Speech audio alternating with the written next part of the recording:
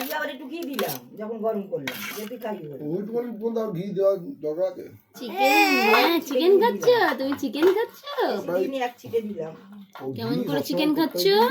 এই যে তাহলে এমন করে চিকেন খেতে হয়? ঘিটা তো ওই জন্য দিলাম ভালো দিলাম যে চিকেন খেতে ভালো মাম্মা। ভালো না চিকেন?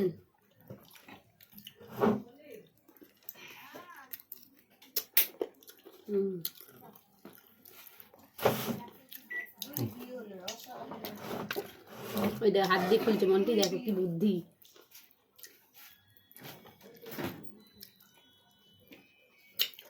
দিও না না, ওটা ভালো না কিন্তু।